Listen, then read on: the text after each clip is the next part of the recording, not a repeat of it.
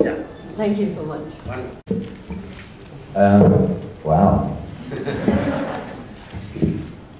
Tomorrow, it's pretty simple. We use a screen and we project on it, and we use lights in a, I hope, theatrical way. I hope a very non-kind of rock and roll way. And we use a little bit of pyro, and we use a couple of inflatables, and that's it. That's all there is to it, really. And we try to engage with the audience, and you know, by and large, most of the audience know most of the work very well, and so there's a deep connection with the work and with the being in the same place at the same time, which I like. Well, the second part of the question was something about being at peace.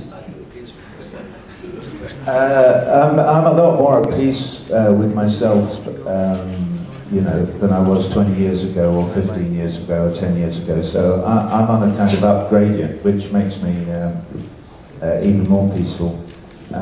I still have major concerns. I'm very, you know, concerned about the way the world is proceeding politically. I'm very worried about extremism of all forms. I'm worried about the extremism of the Christian right in North America. I'm worried about the extremism of certain Islamic factions in the Middle East. I'm worried because I have a feeling that here is an anomaly. Given the choice, would we all like to be able to get up in the morning and send our kids off to school and have them learn something and come back, and we go to work and we're productive and so on and so forth, in some safety? Or would we choose the other thing where people get blown up on buses, or people are dropping bombs and so on and so forth? And I think it's a self-evident truism that we would all prefer, we would all prefer the former state of affairs. So the big question facing us is, why do we not choose it? And I mean, obviously, it's an absurd question to ask, because, you know, you could say, well, what's he talking about? But we have to accept the fact that each individual human being that is sentient has choice, and that and that we all have choices that we can make. And some of us are in more powerful situations than others, but nevertheless, every human being gets to make a choice. And we seem to be, particularly in the West, making bad choices most of the time.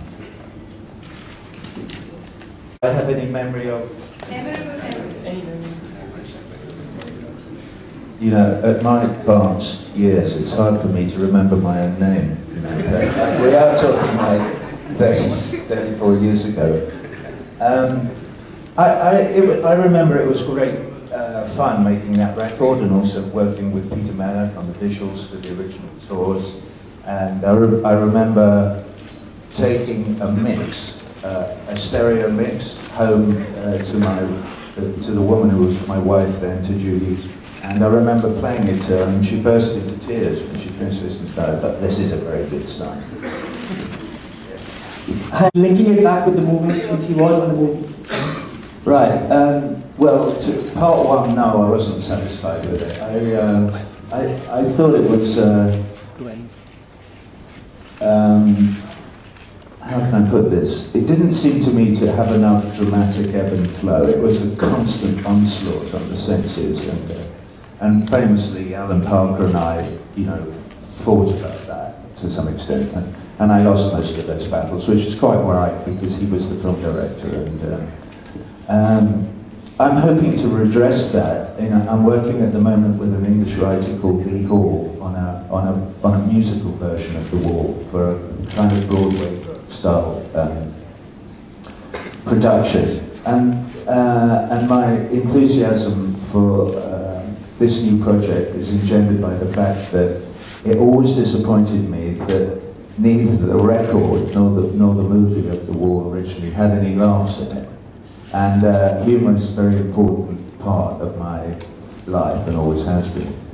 So this new stage production hopefully will make you laugh. Bob Geldof? There's a funny story about Geldof because he was in a cab going to Heathrow Airport with his manager, because the Boomtown Rats were still working in those days. And his manager, whose name escapes me, said to him, "Bob, they're making this movie in the war, you know, this Pink Floyd thing." Yeah, fucking Pink Floyd, I fucking hate it, you know. And he said, "Well, I think you should consider it. They want you to act in it, you know. Fucking act here, you know." And he had this long conversation about how he hated Pink Floyd and he'd never do it. What he didn't know was that the taxi driver was my brother. So that was very funny, and Bob and I have laughed, you know, long and hard about that since. Well, that's an unanswerable question. The closest I can come to answering that question is that from time to time, I get a feeling that I can only describe as pregnant, where I have this sense that there's something that I need to say. And so at that point, I might, within the next 24 or 48 hours, go and find a piano somewhere or pick up a guitar and sit somewhere on my own, or, you know, with a piece of paper and a pencil and a piano, and start fiddling around to try and allow whatever the connection that the part of my brain that notices what's going on, to allow that part of the brain to express that noticing of whatever it is.